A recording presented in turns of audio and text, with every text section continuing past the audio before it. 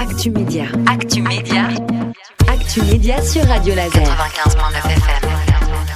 Bonjour à toutes et à tous sur Radio Laser, à la Contorade Science. Eh bien, nous, comme tous les mois, nous allons retrouver Marion Guillemin. Bonjour Marion. Bonjour Bernard, bonjour à toutes et à tous. Oui, Marion qui est rédactrice en chef de Science Ouest, la revue éditée par l'Espace des Sciences de Rennes. Et donc nous allons parler du Science Ouest du mois de mars 2024. Et comme toujours, on va démarrer par le dossier. Marion, le dossier, c'est le jeu à travers les âges. Alors depuis des millénaires, bien les êtres humains jouent, et il n'y a pas que les êtres humains, les animaux aussi jouent, et peut-être les arbres, je ne sais pas, en tous les cas les animaux jouent. Et quelque part jouer, c'est sortir du temps. Les hommes préhistoriques probablement jouaient, on n'a pas les preuves encore pour tout ça, on a des traces au niveau de l'Égypte. Bon, je vais vous laisser nous commenter ce dossier, Marion, si vous le voulez bien. Bien sûr, avec plaisir. Effectivement, pour ce numéro, nous avons consacré le dossier au pouvoir du jeu. Et le jeu à travers les âges est effectivement le titre du premier article pour lequel on a remonté le temps. On a voulu comprendre, en fait, on a voulu savoir quelles étaient les premières civilisations qui ont joué. Alors effectivement, c'est difficile de remonter à l'origine du jeu chez l'humain parce que on n'a pas forcément de preuves matérielles qui peuvent l'attester. En tout cas, les archéologues ont découvert pas mal de traces et surtout, on comprend comment les jeux, ils ont évolué et ils évoluent encore aujourd'hui avec les sociétés. Donc, c'est vraiment très intéressant. Finalement, l'homme a pratiquement toujours joué, en tout cas. On s'est aussi posé la question, comme vous le disiez, de comment les animaux, eux, ils jouent. Et parfois, en fait, les frontières sont très fines avec la prédation. Donc, c'est intéressant. On dit souvent que le chat joue avec la souris, est-ce qu'il joue vraiment ou pas? Pourquoi nous, êtres humains, on joue? Est-ce que c'est une quête du plaisir ou autre chose? Donc je ne donnerai pas les réponses, mais c'est fascinant, c'est vraiment intéressant. Et moi j'ai appris quelque chose, Bernard, dans ce dossier. Oui. C'est qu'en fait, on joue tous d'une certaine façon. Bien sûr. Même là, Marion, on est en train de jouer, sans s'en rendre compte, peut-être. Hein. C'est vrai. C'est vrai. Et c'est vraiment intéressant de découvrir ce qu'on pourrait se dire, mais moi, je joue pas beaucoup, j'aime pas trop les jeux de société. Mais en fait, on a tous une façon de jouer. Ça peut être simplement jouer avec les mots, ça peut être jouer un rôle. Enfin voilà, c'est très intéressant. On a aussi donné la parole aux spécialistes pour comprendre comment le jeu peut être un pilier du développement. Donc notamment à l'enfance, bien évidemment, quand je parle de les enfants jouent beaucoup dans les cours de récréation. Et c'est et même tout seuls, quand ils sont encore tout petits. Donc c'est vraiment important pour le développement moteur, pour son autonomie et puis bien sûr pour le développement psychologique. C'est vraiment intéressant parce que finalement on a toujours joué, on joue tous avec des jouets aussi qui peuvent être différents, des jeux qui varient de génération en génération, mais finalement ça a un rôle central pour bien grandir, si je dois le résumer. Je disais aussi que jouer, c'est quelque part être hors du temps, quitter la réalité. Oui, il y a une question de déconnexion en fait, tout à fait. Et en même temps, parfois, certains recherchent à retrouver les différentes facettes de la société. Donc c'est vraiment, il y a vraiment différentes choses qu'on peut aller rechercher dans le jeu, consciemment ou non. Donc c'est vraiment un sujet qui est multifacette en fait. Il y a beaucoup de choses à découvrir et finalement qui nous concernent tous plus ou moins. On s'est aussi bien sûr posé la question de comment ça se passe et qu'est-ce que l'on peut faire quand le jeu devient pathologique. Donc je pense notamment à l'addiction au jeu d'argent, mais pas que. Et puis comment le jeu aujourd'hui il s'immisce totalement dans notre quotidien, notamment aussi au travail. Donc il y a un scientifique qui nous explique que le jeu finalement n'a plus de frontières et qu'il permet en fait d'imaginer le monde.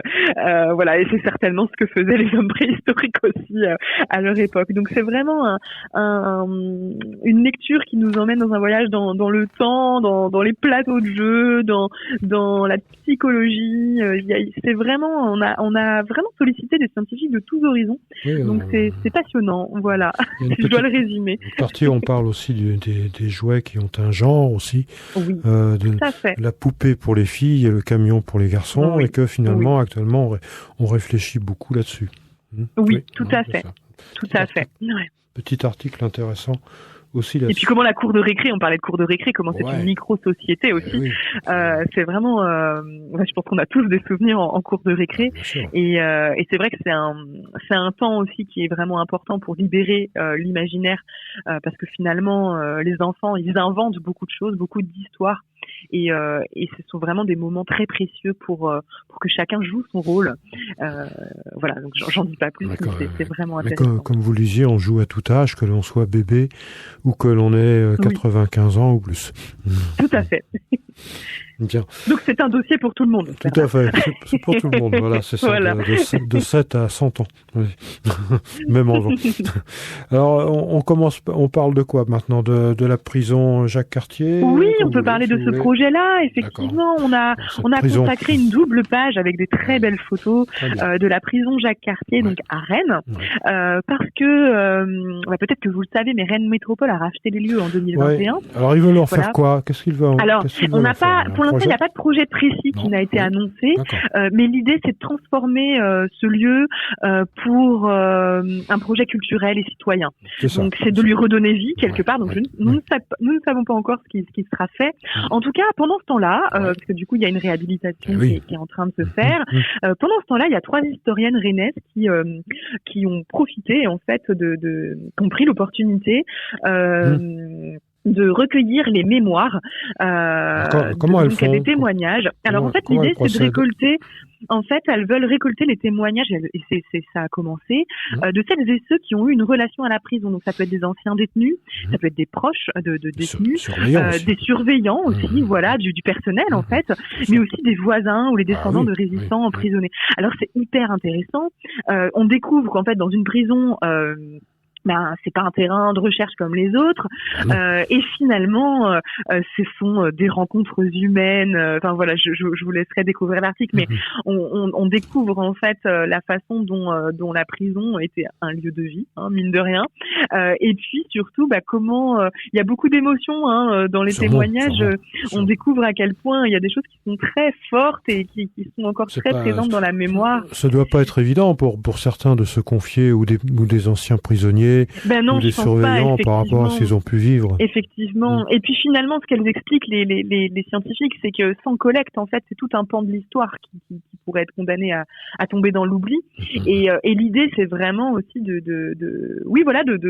faire rencontrer des gens, mais surtout de rassembler souvenirs et récits pour pouvoir réécrire, écrire l'histoire de la prison. C'est pas la réécrire, c'est vraiment la retranscrire telle qu'elle était, pour éviter justement qu'elle tombe aux oubliettes, quoi. Donc, ce futur site à vocation culturelle et citoyenne ne sera pas consacré qu'à la prison, probablement, mais peut-être l'objectif, je sais pas, c'est qu'il y ait une partie qui tire profit des travaux qui sont faits actuellement sur ce travail de mémoire, peut-être. Je sais pas. Ouais. Je pense que de toute façon, c'est un bâtiment qui est rempli justement d'histoire. D'histoire, les murs, du patrimoine. Donc, je pense que tout sera pensé pour que on n'oublie pas que c'était une prison, en fait.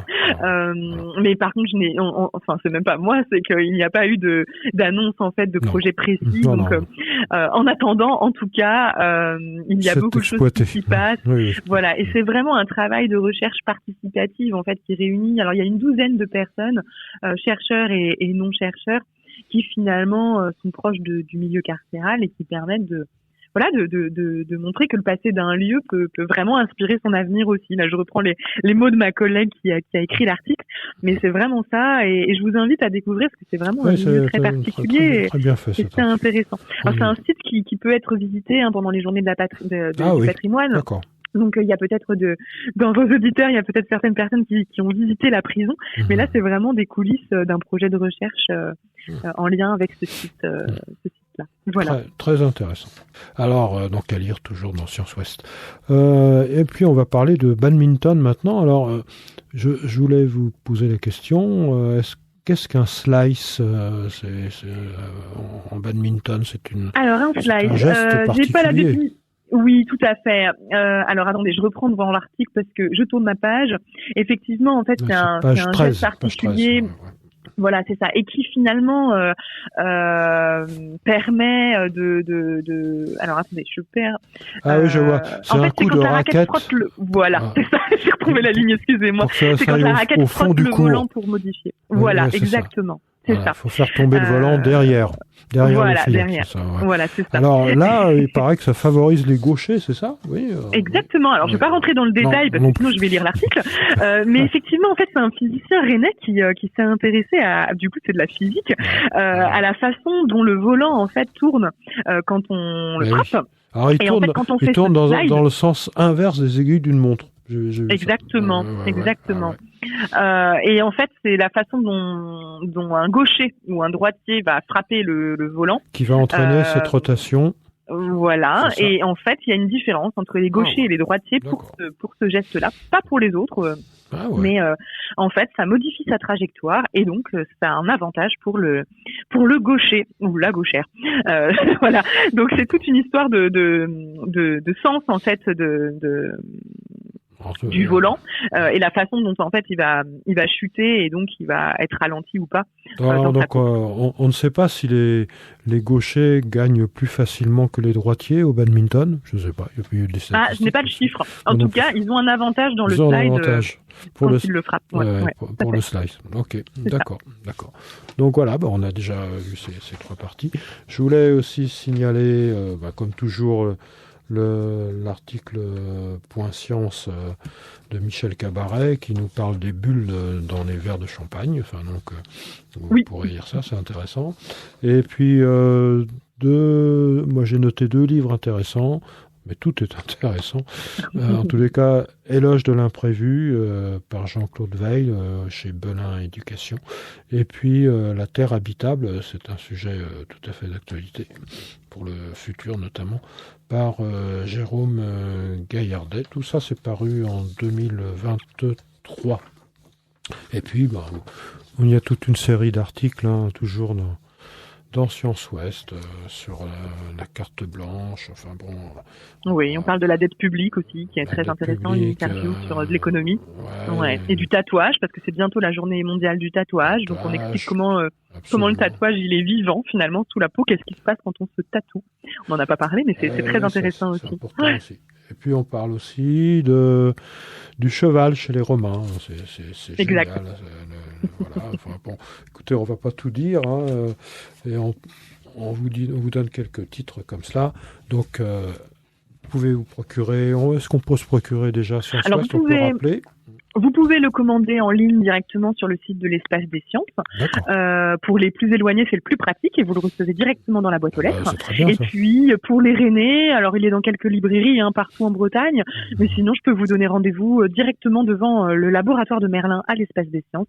Et il y a même des anciens numéros que vous pouvez feuilleter et acheter sans problème. Super. Voilà. Mais c'est vrai que pour les personnes plus éloignées, le site internet est le plus simple et vous avez toute la liste des anciens numéros jusqu'au premier. Donc il y a plus de 35 ans d'archives, donc n'hésitez pas à fouiner et à vous procurer notamment le dernier, mais les anciens sont tout aussi intéressants. Bon, je suis pas très objective.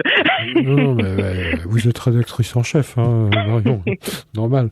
Autre aspect aussi, on rappelle, on encourage tout le monde à aller sur la chaîne YouTube de l'Espace des Sciences. Il y a des très belles conférences tous les mardis. Si vous ne pouvez pas y aller, vous pouvez aller sur la chaîne YouTube. C'est ça, hein? Tout à fait. D'accord. Okay. Eh bien, écoutez, on souhaite à tout le monde une bonne fin de semaine, déjà 1, et 2, un bon mois de mars, et on se retrouve donc au mois d'avril.